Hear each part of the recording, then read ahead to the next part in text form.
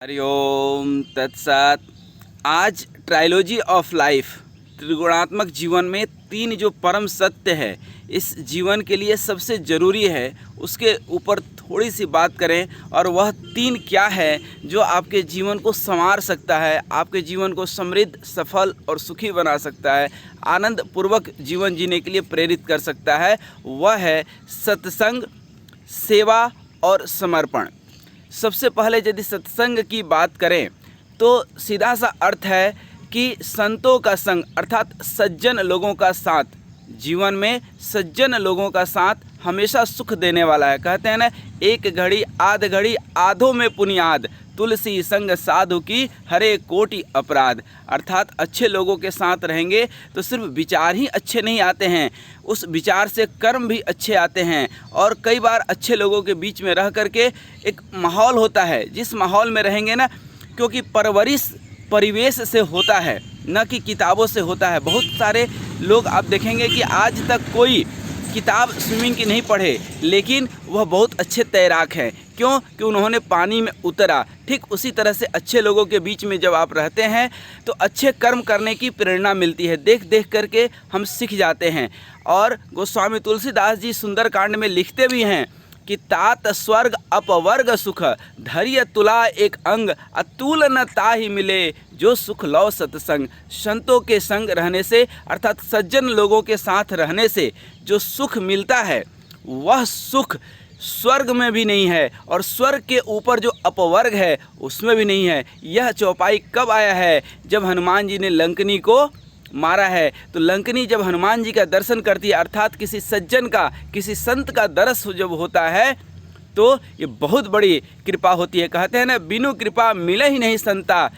परमात्मा की आप बहुत पुण्य करते हैं, पुण्य कर्म करते हैं तो किसी अच्छे परिवार में जन्म मिलता है। और भी पुण्य होता है तब आपको कर्मकांड या भगवत कृपा या पूजा पाठ करने का मौका मिलता है। और इन सब का परिणाम होता है कि संतों का दरस होता है। और संत दरस हो गया तो उसी संतों की कृपा से गुरु मिलते हैं। और गुरु कृपा मोक्ष मूलम, गुरु की कृपा हो गई तो आप मोक्ष के अधिकारी हो गए। तो ये संतों का साथ, सज्जन का साथ सदा ही सुख देने वाला, और दुर्जन का साथ सदा ही दुख देने वाला है। दुर्जन का काम ही है दूसरे को दुख देना, दुष्टों का काम ही है अकारण ओला के तरह जो खुद गिर करके खुद तो बर्बाद होता ही होता है, जिस फसल पर गिरता है उस फसल को भी ले डूबता है। तो ये है सत्संग। इसलिए जीवन में जहाँ मौका मिले सज्जन का कभी साथ मत छोड़िए। थोड़ा सा कंप्रोमाइज़ ही करना पड़े, थोड़ा सा झुकना ही पड़े तो क्यों नहीं। दूसरा है सेवा। सत्संग के बाद यदि सत्संग से जीवन संवर गया तब दूसरा अपना लीजिए सेवा। सेवा परमो धर्म, परोपकाराय धर्मस्य मूलम, दया धर्मस्य मूलम। सारे धर्मों का सार है सेवा। आप सचमुच मानिए कि सेवा करने का यदि मौका मिल गया तो ये बहुत बड़ी भगवत कृपा है।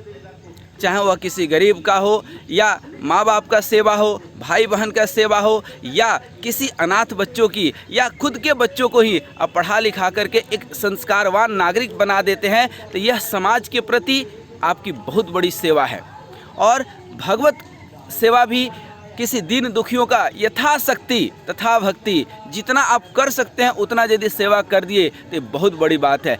हाँ, लेकिन उस सेवा के पीछे कोई मन में अहंकार न आए। किसी को 10 रुपया दे दिए तो दिन भर में 10 जगह हम बता रहे हैं कि आज उसको हम 10 रुपया दे दिए, आरती में 10 रुपया दे रहे हैं तो पंडित जी को दिखा के दे रहे हैं कि हाँ हम दे रहे हैं। ये यदि भाव है तो फिर उस देने का कोई मतलब नहीं है। आप दीजिए तो उसको एहसान के तले मत दबा दीजिए।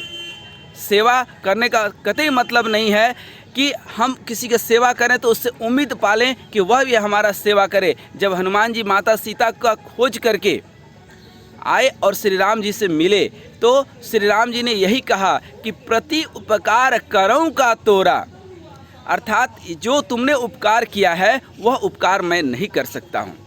यदि ऐसा कहते कि तुमने जो किया है हमें भी मौका मिलेगा तो करेंगे, तो देखिए कितना अनर्थ हो जाता। क्योंकि हनुमान जी तो बाल ब्रह्मचारी हैं। अब वो शादी करते, फिर उनकी पत्नी को भी कोई रावण हरता, तब राम जी जा कर के उनकी सेवा करते। इसलिए सेवा का बदला सेवा नहीं हो सकता है। सेवा कर दिए। यह आपके सामर्थ्य और ऊपर वाले की कृपा है कि आपके अंदर वह जोश, जुनून, शक्ति और सेवा का भाव है, इसलिए आपने किया। दूसरों से आप वह उम्मीद मत कीजिए कि हम किसी गरीब को दान दे रहे हैं तो ऊपर वाला भी हमें देगा। एक बीज बोए तो उससे पेड़ उगेगा और अनेक बीज हमें मिल जाएंगे। यह सेवा का अर्थ नहीं है। सेवा का अर्थ सिर्फ इतना सा है कि आप अपनी जिम्मेदारी ईमानदारी से निभा दिए, दैट्स ऑल। और तीसरा और सबसे महत्वपूर्ण तत्व है समर्पण। देखिए, जहाँ समर्पण है वही स्वर्ग है, जहाँ तर्क है वहाँ नर्क है। जीवन में खास करके अपने लोगों के बीच, अपने गुरु, अपने माता पिता, बड़े लोगों के बीच में समर्पण का भाव रखिए। जिस घर में तर्क वितर्क ज़्यादा होता है उस घर में जीता जागता नरक है। जहाँ भी तर्क है, जहाँ ज़्यादा तर्क है, बच्चे माँ बाप से तर्क करते हैं। एक कहते हैं कि गांव में लगी आग, गए सब भाग, बच्चे दो, एक अंधा और एक लंगड़ा। अंधा उधर ही भाग रहा है, पूरा जोश में है, ताकत में है, लेकिन उधर ही भाग रहा है जिधर आग है। और लंगड़ा देख रहा है कि इधर ही आग आ रही है, लेकिन वो भाग नहीं सकता है। ये लंगड़ा कौन है? हमारे घर के बड़े बुजुर्ग हैं जिनके पास अनुभव समेटा हुआ है। और अंधा कौन है? जो हम लोग जवानी में अंधे हैं। हमारे अंदर समर्पण का भाव ही नहीं है, हम कुछ पूछते ही नहीं है, उनके रोक टोक को हम अच्छा समझते ही नहीं हैं। लाखों रुपया कमाते हैं फिर भी दरिद्रता है। क्यों?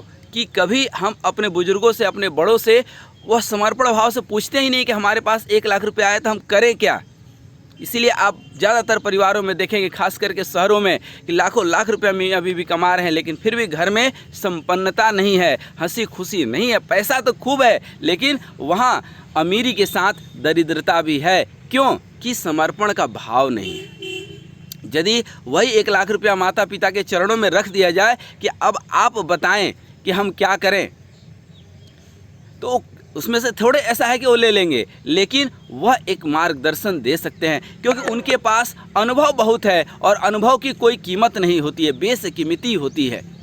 इसलिए वह यदि दिशा दिखाएंगे तो आपकी दशा बिल्कुल बदल जाएगी। लेकिन वह तभी संभव है जब आपके अंदर समर्पण हो। हम भगवान के मंदिर भी जाते हैं तो समर्पण भाव से नहीं जाते हैं, लालच के भाव से हैं कि वहाँ गए तो हमारा ये काम कर देना, वो काम कर देना। महात्मा जी लोग के, साधु संतों के पास भी जाते हैं, इतने आशीर्वाद मांगते हैं, तपस्या करें वो और आशीर्वाद दे हमको। पूरी तरह से स्वार्थ, पूरी तरह से स्वार्थ। ये समर्पण नहीं है, ये प्रेम नहीं है, ये तो प्यार है, ये तो एक फ़र्ज है, ये तो एक अर्ज निभा रहे हैं, एक व्यवहारिकता निभा रहे हैं। प्यार व्यवहार है कि हम तुम्हें सुख देंगे, तुम हमें सुख देना। प्रेम है हम तुम्हें सुख देंगे, तुमसे हमें कोई उम्मीद नहीं है। ये प्रेम है।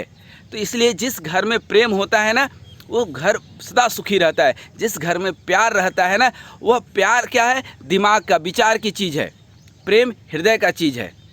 तो जब प्यार होता है तब एक दूसरे से स्वार्थ निहित होता है। जब प्रेम होता है तो हम एक तरफा हो जाते हैं, हम सिर्फ सेवा का भाव रखते हैं, हम अपना सहयोग का भाव रखते हैं, दूसरे से उम्मीद नहीं रखते हैं। इसलिए जीवन में ये तीनों चीज़ बिल्कुल संभाल करके, सहेज करके रखिएगा। पहला क्या है? सत्संग।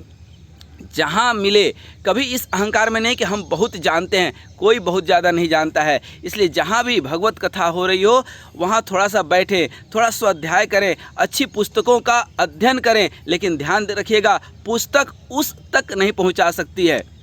पुश मतलब धक्का देना, तक अर्थात धक्का देके वहाँ तक पुस्तक नहीं पहुँचा सकती। वहाँ पहुँचना है तो किसी अनुभवी योग्य शिक्षक के अधीन जाना ही पड़ेगा, अर्थात सत्संग सुनना पड़ेगा, क्योंकि उनके पास अनुभव का खजाना है। कोई पढ़ लिया किताब में कि गुड़ मीठा होता है, आपको बता रहा है, और कोई खा करके बता रहा है। दोनों में ज़मीन आसमान का अंतर है। इसलिए जो साधु संत हैं, जो शिक्षक हैं, जो गुरुजन हैं हमारे, उनके पास अनुभव है, अनुभव की बात करते हैं, न कि पुस्तक की। इसीलिए गुरु के माध्यम से आप वहाँ तक पहुँच सकते हैं, पुस्तक उस तक नहीं पहुंचा सकती है। तो सत्संग जरूर सुनिए। और दूसरा, सेवा का मौका जहां मिले वहां अवश्य सेवा कीजिए, चाहे वह सेवा जिस रूप में हो। माता पिता की सेवा करते हैं तो कर्तव्य पालन नहीं बल्कि भगवत भाव से कीजिए कि हमारे माता पिता ही भगवान हैं। और माता पिता ही भगवान हैं, चाचा चाची भगवान नहीं है। ध्यान रखिएगा, मौका मिले कीजिए। लेकिन आप ध्यान दीजिए कि जहाँ पहले स्त्री आती है, मातृशक्ति पहले आ गई और पुरुष बाद में आया, वह भगवान का रूप होता है। किसी भी भगवान का आप नाम लीजिए, चाहे राधा कृष्ण, राधा पहले आ गई ना। गौरी शंकर, गौरी पहले आ गई ना। लक्ष्मी नारायण, लक्ष्मी पहले आ गई ना। तो जहाँ लक्ष्मी पहले आ जाएं वो भगवान स्वरूप हैं। इसलिए माता पिता, माता पहले आ गई ना। अब आप किसी का भी नाम ले लीजिए ना, मामा मामी, मामा पहले आ गए ना, तो भगवान के स्वरूप नहीं है। इसलिए जहाँ भी सेवा का मौका मिले भगवत भाव से उनकी सेवा कर लीजिए। और तीसरा, समर्पण। कम से कम इस संसार में नहीं, संसार में तन किसी को दीजिए, धन किसी को दीजिए, लेकिन मन समर्पित कर दीजिए भगवान में।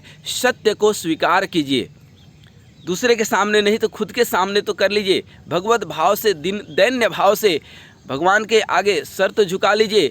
अहंकार करता नहीं किसी को स्वीकार, और जब आप नहीं करेंगे स्वीकार तो भगवान भी आपको करेंगे नहीं कभी अंगीकार। इसलिए जीवन में समर्पण होना चाहिए। ध्यान रखिएगा, खास करके घर परिवार में अपने से बड़ों से, अपने सगे संबंधियों के प्रति समर्पण का भाव हो। पति पत्नी एक दूसरे के प्रति समर्पित रहें तो वह क्या है, स्वर्ग का द्वार है। और जहाँ समर्पण के जगह पर तर्क वितर्क आ गया, वहाँ जीवन, घर परिवार सब नरक आ गया। इसलिए आइए इस ट्रायलॉजी ऑफ लाइफ पर कभी जीवन में इसको उतार करके इसका आनंद लें। सत्संग, सेवा और समर्पण का भाव। हरि ओम तत्सत, हरि ओम तत्सत।